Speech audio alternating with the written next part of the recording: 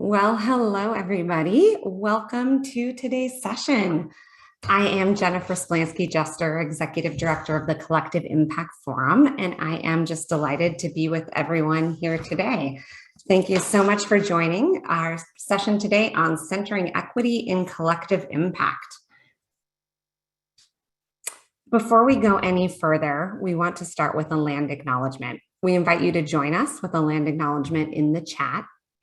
And we would like to acknowledge that this virtual coffee is presented and recorded on the traditional land of the Wampanoag, Ojibwe, Potawatomi, Menominee, Ohlone, Coast Salish, Muckleshoot, Stillaquamish, Suquamish, and the Duwamish people past and present. We have a big group on the line from across the United States. We honor with gratitude the land itself and the people of these tribes. Thank you. In case it's helpful for you and you want to look it up and participate in the land acknowledgement, we have two resources here. We have a website, native-land.ca, or a text service created by Code for Anchorage, where you can find the Indigenous lands that you are joining from today. So I'll give a moment for people to add that. Thank you so much for putting that in the chat. So glad to have you. If this is new information or you have not done a lot of learning about the Indigenous folks in your communities, we encourage you to learn more about the folks whose lands you are on and the Indigenous people who are part of your community. There are some resources here on this slide from the Native Governance Center that help us move beyond the land acknowledgement to learning more and beginning collaboration with Indigenous communities in the places where we live. So we want to thank the Native Governance Center for these resources and encourage all of you to check them out. So today's session will run for about an hour, and we want to hear from you. Share your questions in the question box. We're going to try to keep our presentation short enough so that we have time for questions towards the end. This is Zoom webinar, so there is a separate place for questions. And then also feel free to use the chat box to engage with other attendees, share your own ideas, share your own resources. So we'll be monitoring that Q&A box. When we get to the Q&A portion, you can do upvoting of each other's questions. So feel free to check out questions others are asking. And if it's of interest to you, we'll try to check out how things are getting upvoted as we go. A recording of today's session will also be made available, hopefully within about 24 hours. You can also download a PDF of the presentation with a Dropbox link that's going to be put in the Zoom chat. We'll also share it after the recording. We also invite you to turn transcription, the captions, on and off at your convenience. And if you have any questions, again, of course, you can use the question box. And then you can also, if it's easier for you, email my colleague, Tracy Timmons-Gray. Shout out to Tracy, who is behind the scenes making this entire webinar happen. Thank you so much, Tracy. So with that, I am going to welcome my colleagues who are joining us for the conversation. So as you know, 2021 was a milestone year for those working in collective impact. 10 years ago, the article Collective Impact, written by John Kania, who's joining us today, and Mark Kramer, our colleague, was published in the Stanford Social Innovation Review. The article helped codify practices from successful collaborations that were working towards long-term population and system-level change. In the decades since the publication, a lot has happened. The field has evolved, and collaboratives are doing deep work in communities in many different ways. Today, our session is focused on reflecting on some of this evolution, in particular on our work to put equity at the center of collective impact work. And joining me for the discussion today are three colleagues and folks who are mentors of mine, and that I trust many of you on the line are familiar with as well. So we have first Junius Williams. Junius serves as advisor to this Collective Impact Forum and is principal of Junius Williams Consulting. Prior to this, he served as president and CEO of Urban Strategies Council. Also with us is Paul Schmitz. Through his consulting firm, Leading Inside Out, and his role as advisor to the Collective Impact Forum, Paul builds the collective leadership of organizations and communities to achieve a greater impact. Paul is also the former CEO of Public Allies. And we also have John Kania, founder and executive director of the Collective Change Lab and former CEO and colleague of mine at FSG. John may also be familiar, as I mentioned, as co-author of the original Collective Impact article in 2011 and many subsequent publications on the topic. The four of us are co-authors with two others, Sherry Brady and Mark Kramer, who are unable to join us today, and our colleague Cindy Santos, who was hoping to join us to moderate today's session, was unable to join due to tech difficulties, but Cindy, you are with us in spirit today. Thank you. So the article centering equity and collective impact came together as this extended group of us was discussing how we would mark the 10-year point since the original article of collective impact.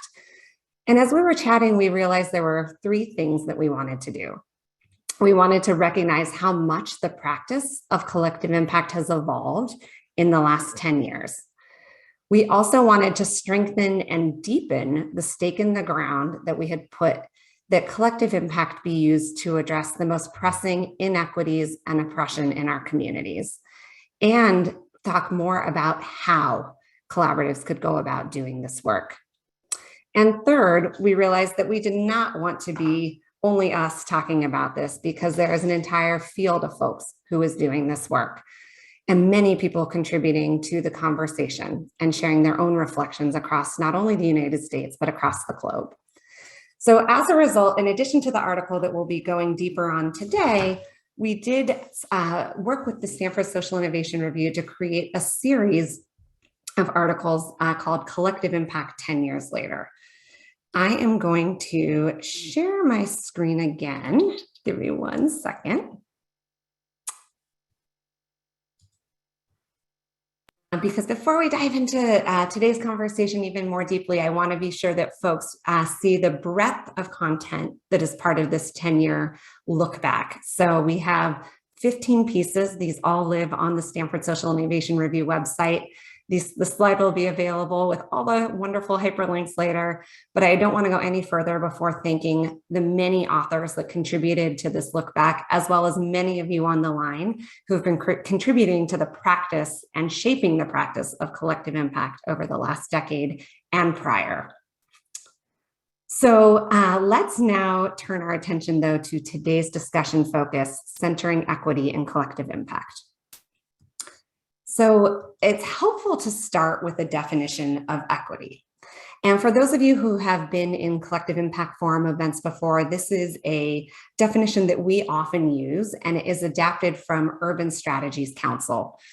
And I will just read it and give a very quick voiceover here. So equity is fairness and justice achieved through systematically assessing disparities in opportunities, outcomes, and representation, and redressing those disparities through targeted actions. We will be actually talking about many components of this definition as we talk about centering equity and collective impact. But I'm going to actually just mention right in the middle, we talk about when we're thinking about equity, we are not only thinking about equal opportunity, but we are thinking about reaching equal outcomes and full representation in the work that we are doing. So not only opportunity, but also outcomes and representation in the work that collaboratives are taking on. So we could probably spend our full hour talking about the definition, but this is the definition we have used for our work. We know that many of you have definitions that work in your context. And as we'll talk about in the strategies, agreeing to a definition is a core first step in putting equity at the center of the work. So with that, I'm going to hand it over to John Kania to take us through the next portion. Great, thanks, Jen. And hello to everybody. And it's great to be here with you all in this virtual space of togetherness we call Zoom. I want to build on Jen's focus on definitions. She started with equity by talking about the definition of collective impact. And here you see the definition that we developed back in 2011.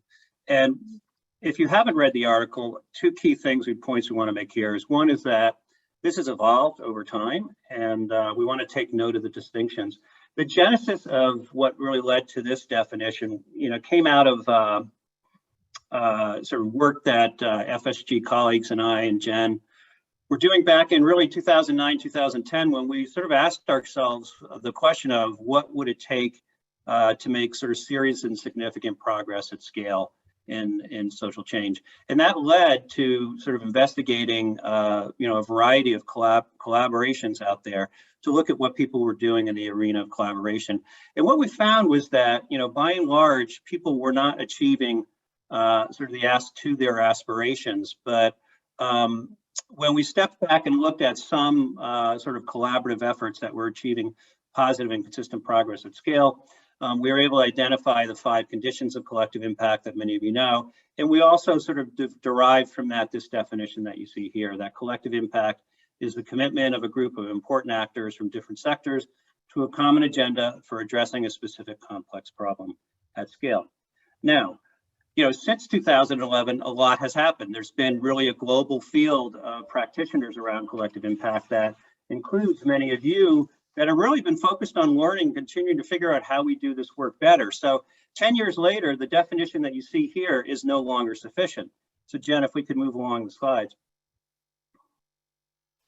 And the other thing I guess I'll say is that it's no longer sufficient, but more than that, there are more exciting and liberating ways of characterizing collective impact in a way that's more consistent with how social change happens. So this is what we've done. You see, this is in the article. Collective impact is a network of community members, organizations, and institutions that advance equity by learning together, aligning, and integrating their actions to achieve population and systems level change. So if we could advance the slide, we can look at the sort of the side-by-side comparison between 2011 and the definition that we put out in 2020.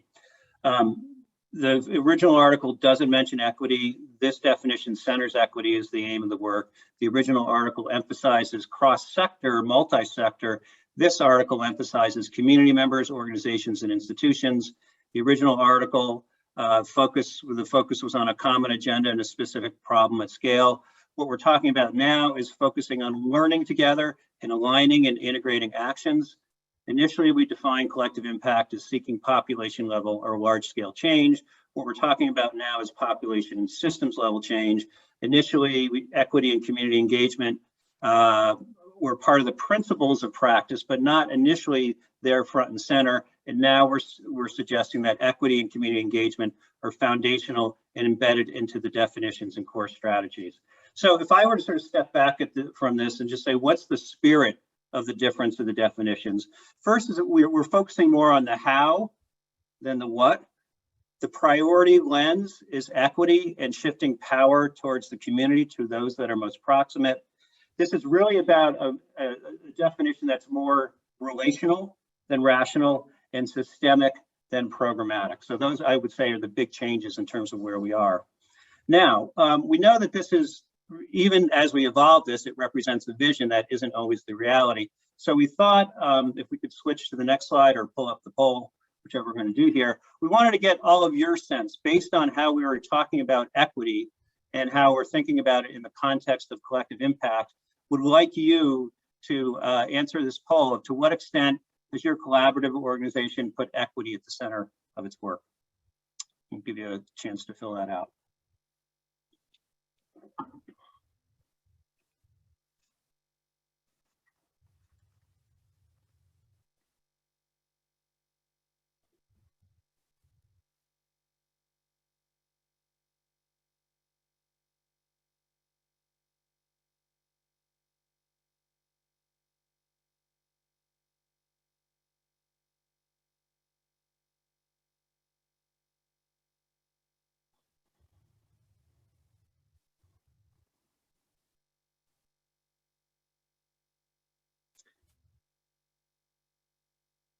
Let's see, can we see the results here? Okay, 2% not thinking about equity yet, 14% just beginning, 23% developing a plan, 27% in the early stages, 27% deep into, and 6% beginning to see results.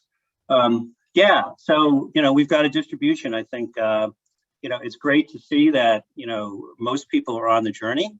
And it is, as we all recognize, a journey towards sort of an endpoint that we would like to see in terms of a more just and equitable society.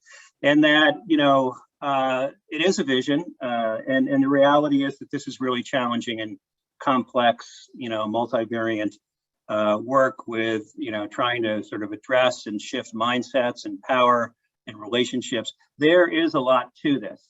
So that's really what led to the, to where we netted out and where we focused our efforts with this 10-year later article around equity, was to say, can we try to make it as clear and, as clear, stating things in a way that people would find accessible in terms of sort of trying to address this really challenging concept of equity, particularly in the context of collective impact.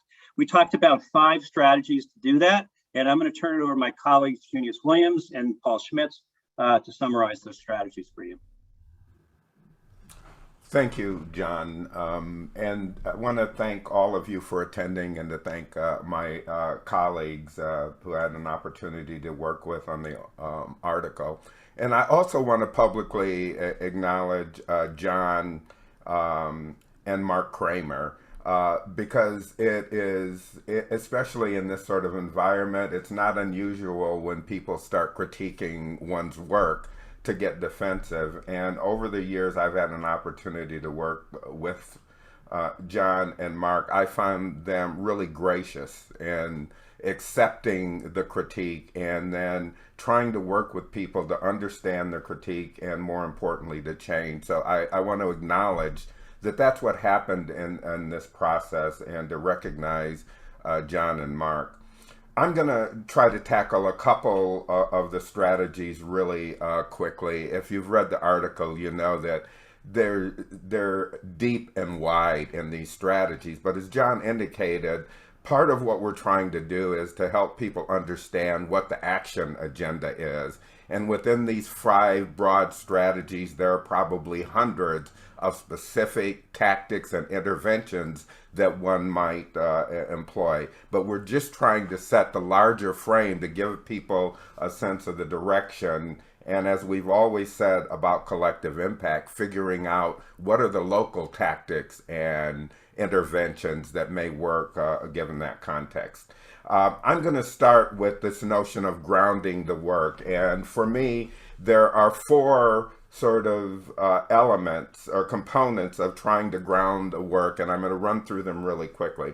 The first is creating a shared language and a set of definitions.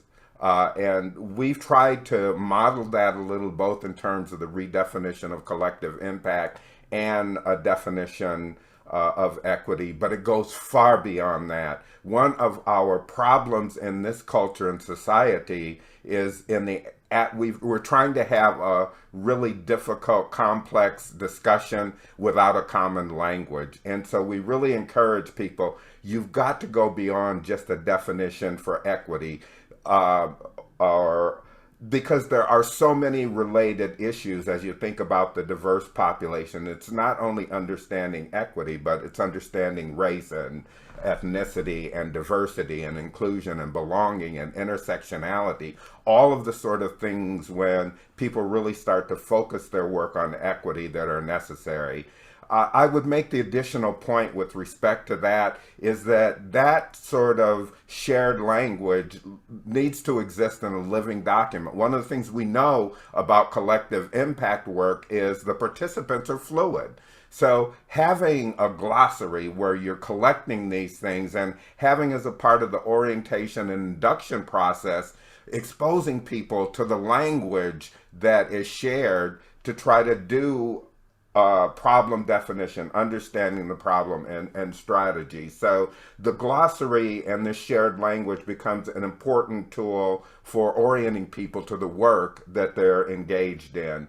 It's also important in terms of creating a safe space for difficult discussions. So creating a shared language and set of definitions is one sort of foundational piece of grounding the work. The second element of grounding the work, and it's reflected to some extent in the definition, is this is really about understanding how disparities are operating within our society. Some may well be unintentional and just the result or an artifact of the way that we operate, but recognize that many of the disparities we are experiencing are the result of deliberate societal, institutional, legal, powerful people action. And consequently, it's incumbent upon us to seek out where have we created or have there been naturally occurring disparities so that we understand how rewards and punishments and opportunities are being dispersed throughout the society and the culture. And the data are central to doing that. And we're playing games to some extent with the data. We're in the 21st century, the information age, and many of the needs that we have for data in the social change movement are terribly underfunded, understructured. We've been talking about collecting asset data for 30 years, and I can hardly go any place and find where administrative data sets are beginning to capture the assets of people and communities. The data and the ability to have robust data sets that we can disaggregate by the dimensions of our diversity are absolutely essential. And as I said before, every disparity may not be the result of intentional action, but we still have an obligation to understand what's occurring to produce that and to try to intervene effectively, because my creed is still one about equality. That's what I want to experience for myself, my children, and my grandchildren. But in order to get there, we've got to practice some pretty robust equity, which is recognizing where differences occur, understanding the nature of them, and proactively tackling those. The third sort of element or component, and perhaps the most difficult given the current political, is understanding the context of the inequities. How is it that Black people have 1/13 of the wealth or 1/70th of the wealth of white folks? Is that some sort of naturally occurring? How did we get there? And understanding the historical and cultural context of how disparities are produced are absolutely essential.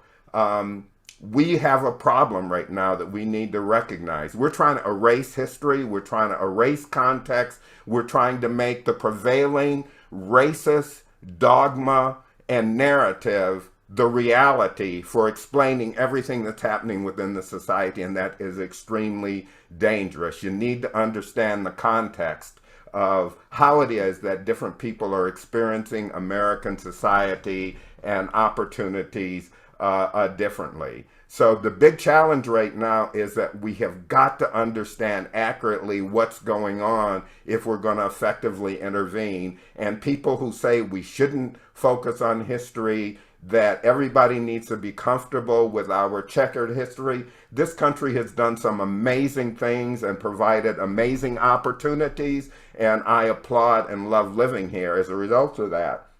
But to ignore where we have screwed up from the very inception of the country around treating people differently, starting with the indigenous people and moving through a series of everyone who represented difference, we have got to be responsible for the actions that happen and intervene. It's not personal blame, but it's collective responsibility. Those things exist, they should not, and we all should be a part of solving the problems that this culture and society have created. And then finally, and this is one of the most important to me, we have got to target the solutions. The strategies, in the same way that we're disaggregating the data to see that women or LGBTQ people or Black and brown folks or poor folks or rural folks or any people who represent the diversity, it is, you can't look at and understand all that difference and then ignore it when you try to intervene to reduce or eliminate those disparities.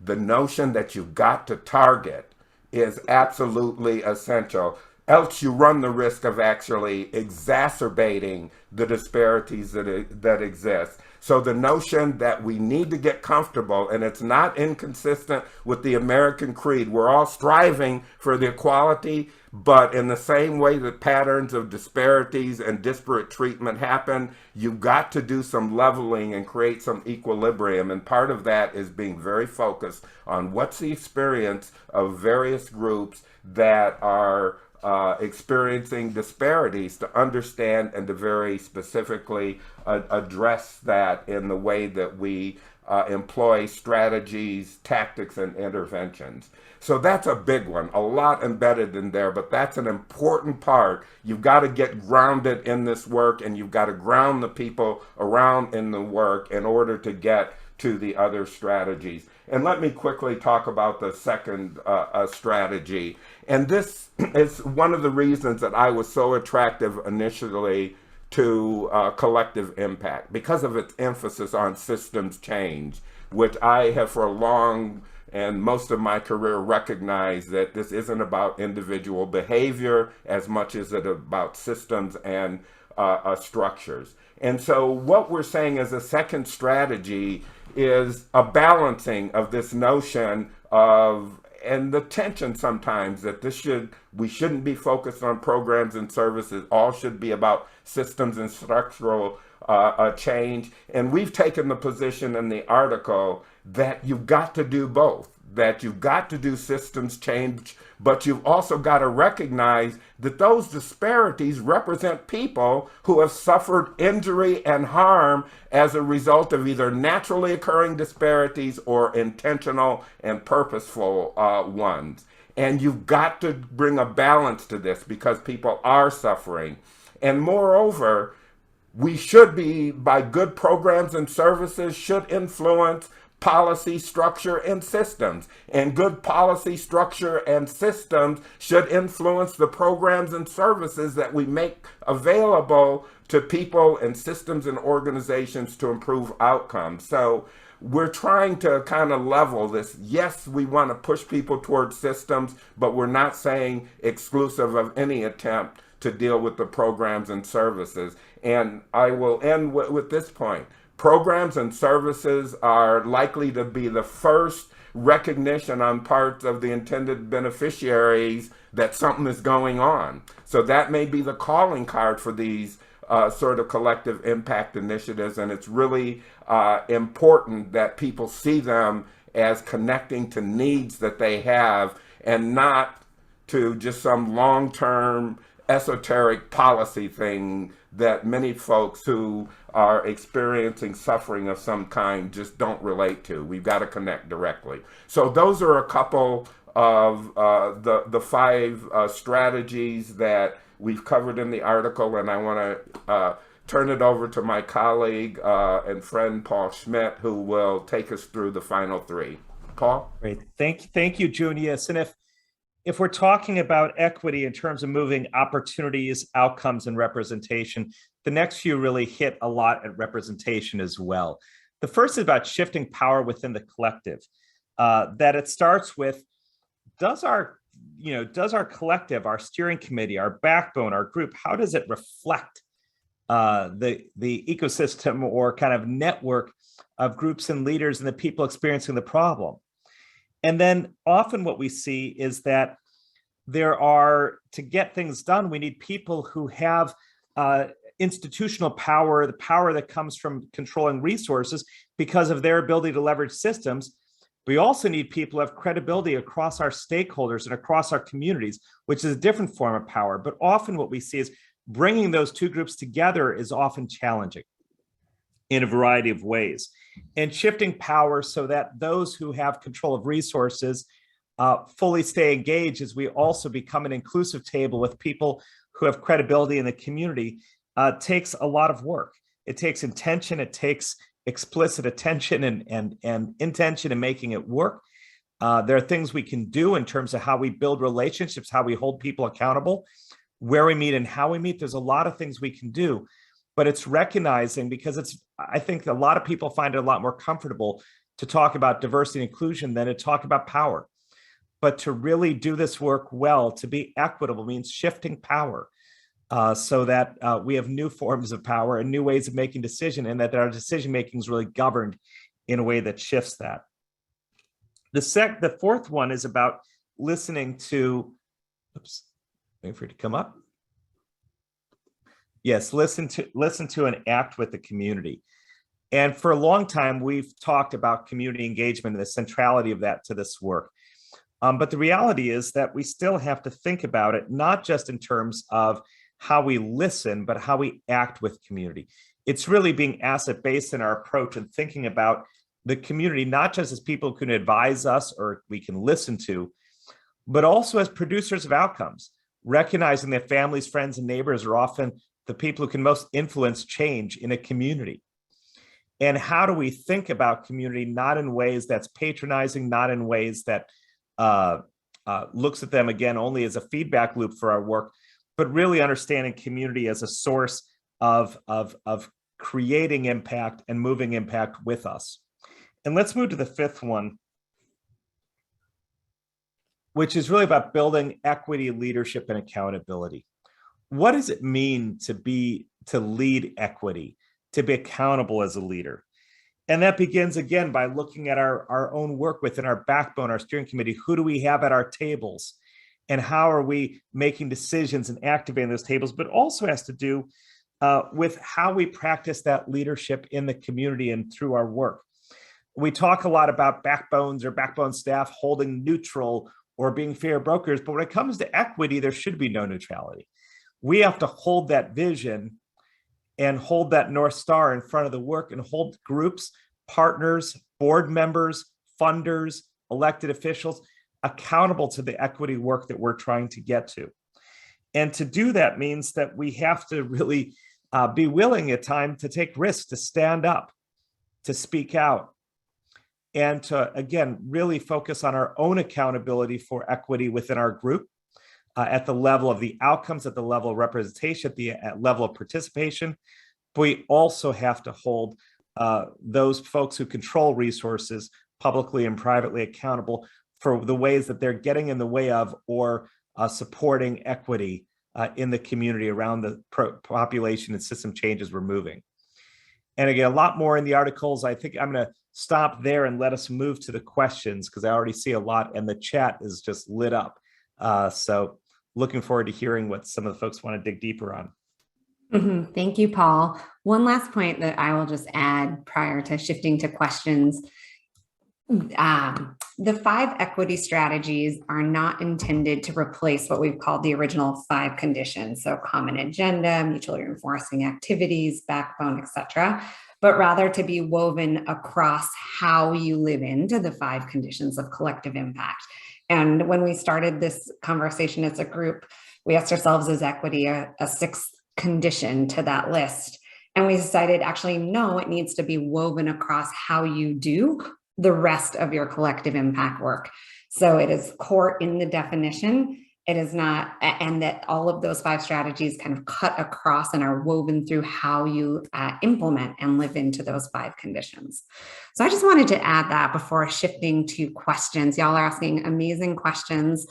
And so we'll get through as many as possible. I'm going to focus on the ones that are most squarely relevant to the topic of equity in particular and collective impact. And for some other questions, we may point you to some other resources.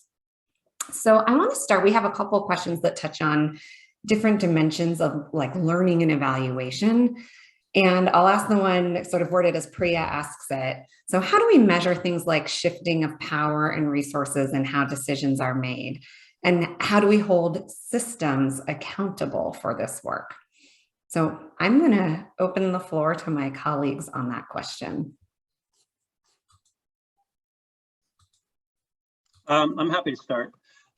Yeah, I think the question of measurement and evaluation always comes up, and it is a big one. And I think by and large, the worldviews that dominate the mainstream in terms of the approach to evaluation aren't effective for systems change. Sort of the linear lockstep evaluating progress over time it doesn't work in the world of systems change. I will recommend one framework. We'll talk about power in a second, but just an overall framework, if people haven't seen it, for measuring systems change that I find quite helpful and clarifying. It was put out by Mark Kabaj. Mark is very involved with Tamarack in Canada, has his own consulting work, and he has a paper called Evaluating Systems Change, where he talks about 3 levels: strategic learning, changes in system actors and behavior change, and then sort of mission level change, which is sort of, you know, that's sort of the end outcome numbers that, you know, people are often looking for. But I think you have to recognize the importance in this work of strategic learning. What do you know now that you didn't know a year ago, et cetera? Mark's got some interesting ways of thinking about that. And then thinking about shifts in the system. And I think that's where the question of power comes in, because that's one shift that, you know, is an arena for seeing, you know, significant systems change. And I think, you know, the real dimensions of systems change that shift the system, I think, are cultural. They're not sort of the structural policies, practices, and resources, but they're how are we shifting relationships and connections, power, and mental models. And to look at that, we really need to get in and understand our values shifting. Are the values of those that are in positions of traditional positions of power, are they shifting at all? Because if they don't shift over the long term, no matter what happens in the short term, things will revert.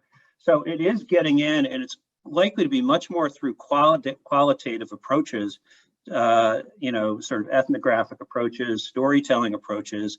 Storytelling, by the way, is one of the few ways that I know to really get a sense and make meaning of a very complex and complicated picture. It's not typically going to be in sort of numerical indicators. So I think, you know, it's, you know, becoming more comfortable with a set of ways of making meaning and understanding that aren't, you know, historically known as sort of traditional evaluation. I think this is really critical to, you know, understanding sort of what happens in collective impact efforts and systems change. I would just add to that, I worked with a group recently where we really looked at the assessing participation in terms of who shows up at the various levels, doing a composition analysis at their leadership level, and then serving people in terms of their feeling of influence and efficacy in terms of decision making, and looking at how that fared for people of color versus white, how it fared for people who were more grassroots versus more grass tops, and then making that a conversation for the group to have about how they're reconciling that. All right. Thank you both. So many good questions here. So there's a question here that I will ask. Any ideas for decolonizing strategy?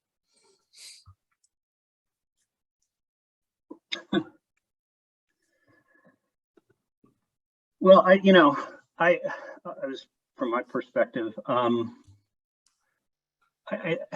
I think a lot of the work in the mainstream really prioritizes, you know, very technical approaches to the work, and data, you know, as Junius was saying, is so critical to this work.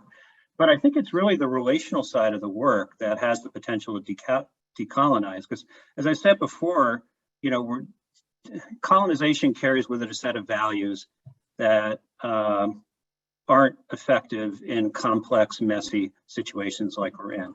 And unless those values shift, we're not going to, you know, I don't see us making, you know, significant and transformative progress.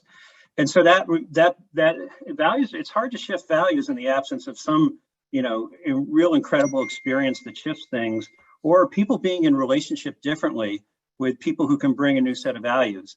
So to me, it's finding out, you know, how do we, particularly in the collective impact work, because, you know, if you want to change the system, get the system in the room, you have the system in the room there. How do you sort of move from sort of more superficial understanding and values to sort of a deeper level? And it doesn't happen through any one event, but there are sort of approaches to, you know, building, you know, a more deeper relational sort of container for the work.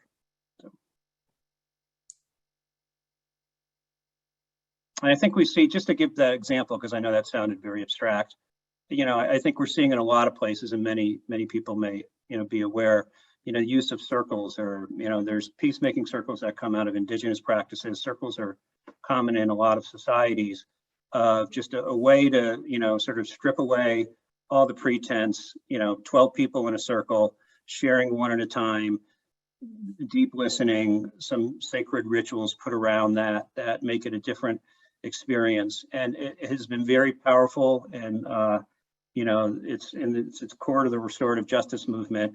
And I think having those approaches be more mainstream is, I think, really critical. And they may sound woo-hoo and or whatever and silly to people, but they produce profound transformative results. And I think the move away from a colonized mindset, will require that. Yeah, I think Junius, we're going to come off mute there. Yeah. Yeah, I need to admit a certain level of discomfort with it's not only that question about what the colonization practice is, but what the white supremacist practice is. And a lot of the conversations I'm in right now, people are saying that something is a racist practice or a colonial practice.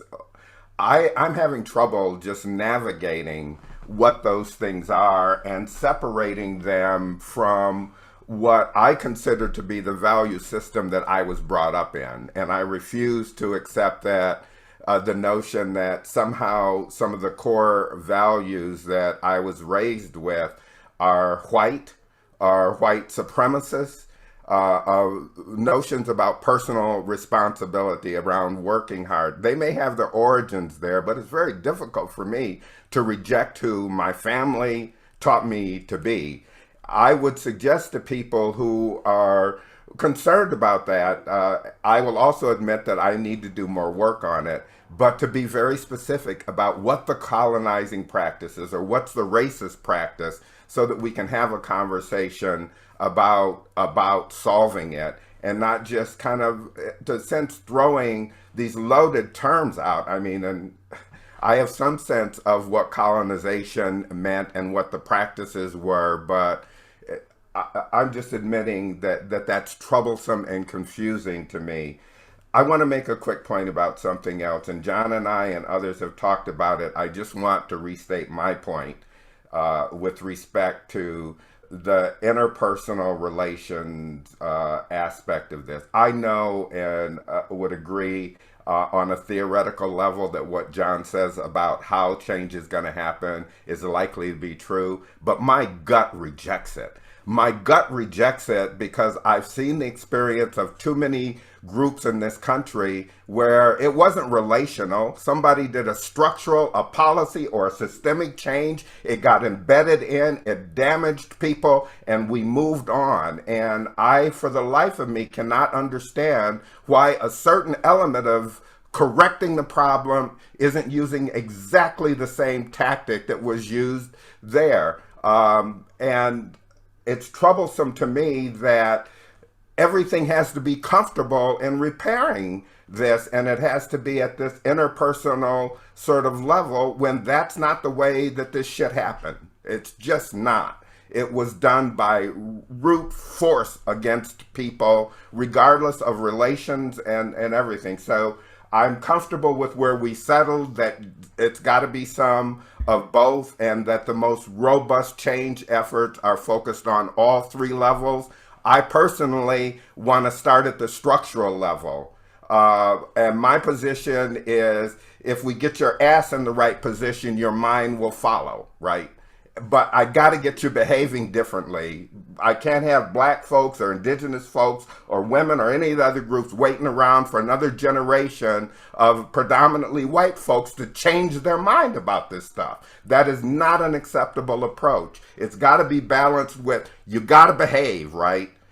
I'm going to give you some time to get your mind right, but in the meantime, you got to behave. And right now in this culture, there are a lot of folks who don't think they've got to behave with respect to the diversity, be it race, be it gender, be it anything. They think all rules have been thrown out. That's very dangerous. People have got to behave in a civil way as a foundation. I'm sorry, I'm preaching and shouldn't. You should. And I just want to say that the chat is, I'm with all the chatters, and I just want to say thank you, Junius. Yeah. Yes, thank you, Junius, and thank you, John, both. So here, kind of building on that a bit. So Annie in the chat asks, like, I believe that the data tells us we should be focusing on using shared language and definitions that speak specifically to racial equity, not just equity and racial disparities. Can someone speak to that? Yeah, I mean, I think that when we started with the article, we had that conversation. And we actually put something in the article just recognizing that there, in a global context, it may look different in different places. It might look different in communities. But we know in the United States that the greatest disparities in our country and our communities are often along lines of race. We also know that when we go into the systems changes, that policies that have harmed everybody have been done because of racism. And so if you address racial equity, you also address systems and policies that harm lots of other people beyond those who are experiencing the disparities most acutely. And so to us, racial equity has to be the center of the work, not just equity in the United States context. While we also recognize that there are communities for whom that are more homogenous and that it may look different. And the same practices, though, can apply because you can still ask who's furthest behind, where are the disparities, who needs to be at the table based on that, who do we need to listen to, who do we need to shift power with? So we can ask that question differently, but we know in our context that it's most often in the communities we work in, there's an element of racism. And we also know that, again, that it can't be emphasized enough that the policies, and we're seeing that happen again, the stereotypes used to pass policies and systems changes that often harm lots of people are often done with racism at the center of them. And so we have to address the racial disparity to address the disparity overall. Thank you, Paul. Yeah, we had a lot of good discussions on that. Very much appreciate that. And I'll give a shout out, just the person who mentioned Heather McGee's Some of Us, which does a fabulous job of kind of explaining how often policies how racism often drives policies that harm everybody. Great. So many good questions. So Liz asks, I'd love to hear some examples where you've seen the strategy of shifting power in the collaborative going well. And if we have one, we could speak maybe anonymously, not so well. I'm sort of looking at you, Paul, to take that one, but yeah. Anyone can feel free to jump in. I'll just share. We tell a few stories in the article itself that I think are helpful, but what I would say is that I see a lot of works in progress on it, and I've seen a lot more failure. I mean, the thing I most often see is that a collective impact begins too top down. They start to broaden participation, and the moment they broaden participation, the people who actually control resources stop coming and leave the table, or start delegating it to people who don't have power, and they start checking out because it becomes more inefficient. The conversations get more uncomfortable, and so they bail. And so I think that that's the thing that I've seen far too often, or a fear of widening the table because they're worried they're going to lose the system leaders who are at the table if they broaden the participation and the effort. What I've seen that has helped that, and to me, I'm still a student of this, I'm still looking for great examples of it, and that's why I say I can't tell you here's the one group that got this down perfectly. I think groups have strived to do that, and I think some of it has been relationship building among grassroots and grass tops leaders.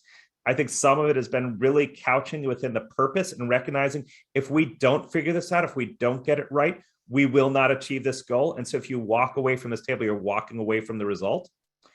I think that it's finding ways to kind of both maintain, an efficient process while also broadening participation, like trying to meet people where they are in both sides. But I think it's just something that a lot of groups struggle with. And I think another thing that's really important is when there's a champion who has more power than the other powerful people at the table and they hold the space, that makes a difference. And I've seen that work, where a philanthropist or a leader who can get the mayor on the damn phone, who can complain to people and is like fully committed to making sure it's an inclusive process, and they can help hold the others accountable and those others will listen to them, that matters. And so there's different ways that I've seen people try to do it, but it's a work in progress in every case, because holding that tension is key. But I don't know how you get change if you don't have I've seen too many efforts that are either too grassroots and no one at that table can actually move the changes they need or influence them enough, or they're too grass tops and they have no credibility and they're just going to go down a road and do what's simple and easy and gets the most credit. And so finding that tension is actually really powerful and important, and love the fact people are sharing some other things in the chat, because we need lots more examples of that.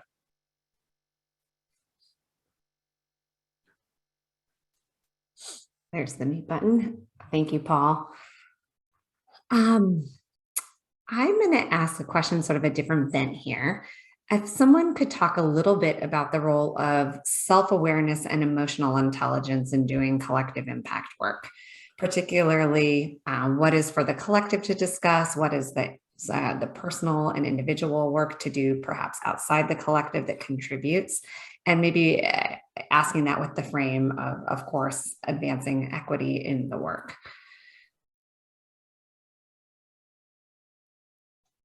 Well, I love the question. I think there are so many ways to answer it. One of the examples we used in the article initiative at San Francisco is Collecting Justice by Dr. Zia Malawa is the executive director or backbone head. I think she to me is a great example of somebody who takes this seriously.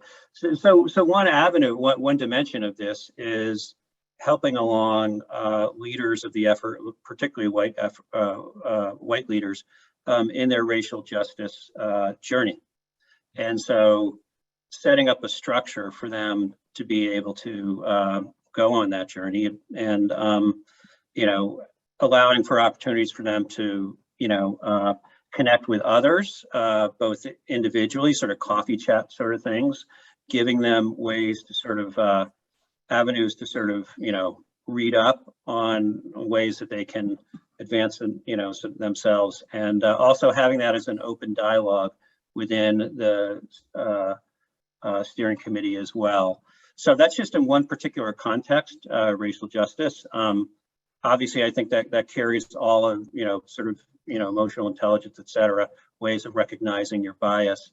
But I mean, just to say and name it, I think emotional intelligence is hugely critical to this work. I don't think you can't be an effective leader in the work unless you are constantly sort of asking yourself, what biases am I bringing to this particular situation?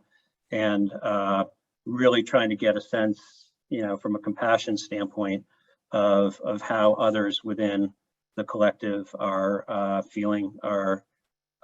viewing things. And so I think it's critical to the work. And I think there are ways, the example is just one example of somebody who's, I think, doing some really interesting things to sort of help support sort of individual and collective learning and journeying around sort of the interchange that one can go through. Yeah, I would just add, I agree with what John has said around the personal journey. One of the sort of confounding parts of trying to work on issues of equity, and especially racial equity in a collaborative context, is the multiple levels, right?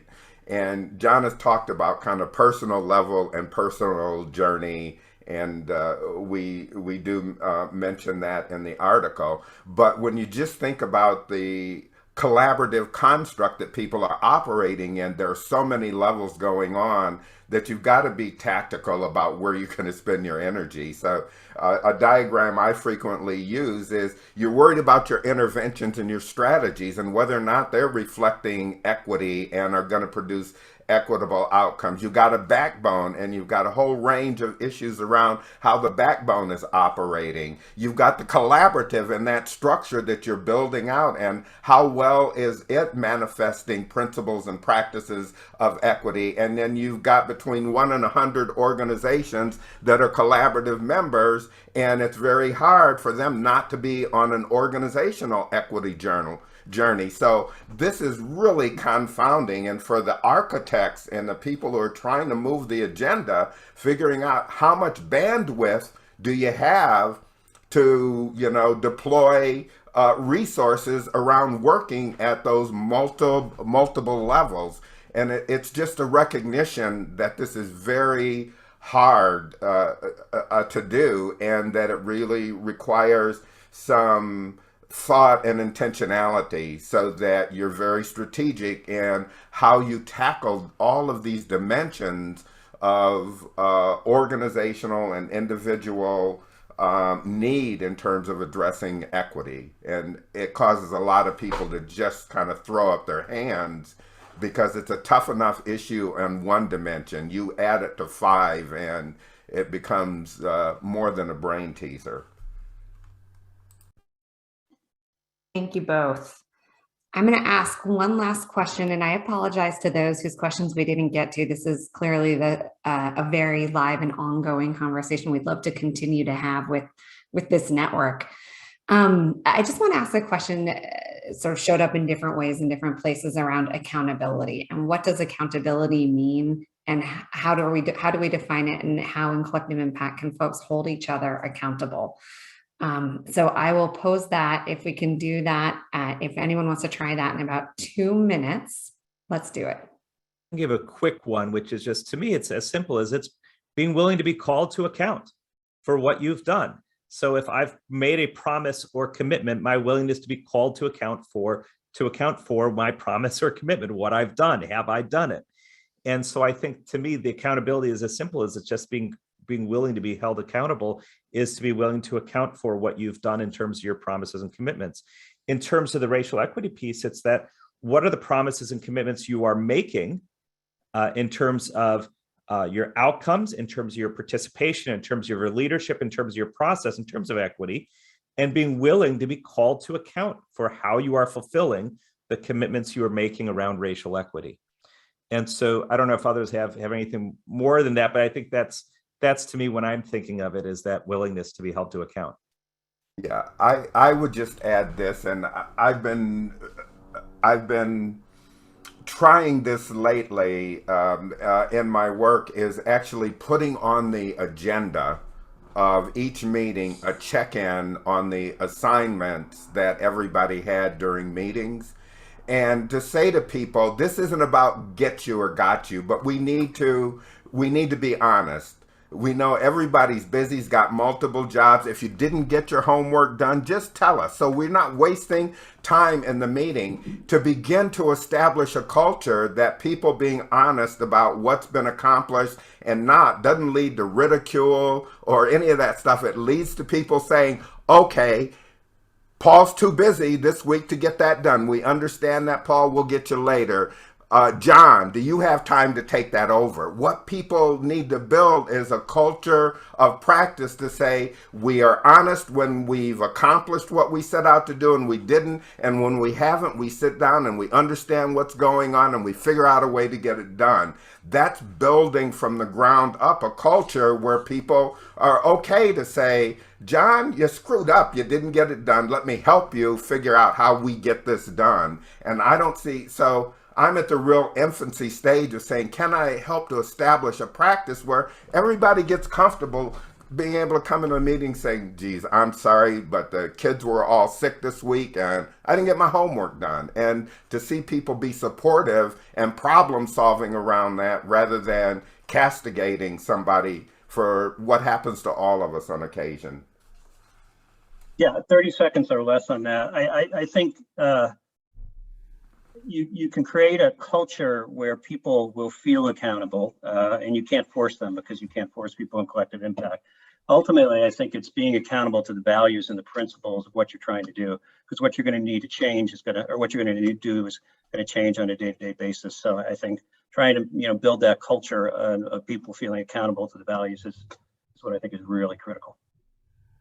Awesome. Well, thank you all three for rounding out those perspectives. We just want to encourage folks to dive deeper by reading the article with some great examples, and huge credit and spotlight to all of the wonderful practitioners whose work we learned from and lifted up in this piece, several of which were mentioned today during our session. And to continue this conversation, we would love to invite folks to join us for the Collective Impact Action Summit in a couple months, where you'll have an opportunity to dive really deeply into many of these topics that have come up today: equity, community ownership, shifting culture and narrative, policy change, sustainability. All of today's topics will be present. So we really hope and invite you to join us. And then finally, we have a podcast that we invite folks to subscribe to on your favorite podcast platform. Thank you to my colleague Tracy, who's been running everything behind the scenes and for guiding our podcast series as well. So with that, I want to thank Paul, John, Junius, Tracy. I'd also like to thank Sherry Brady and Mark Kramer, who were on this authorship journey with us, and my colleague Cindy Santos at the Aspen Institute. And with that, I wish everyone a wonderful day and best of luck. Thank you all.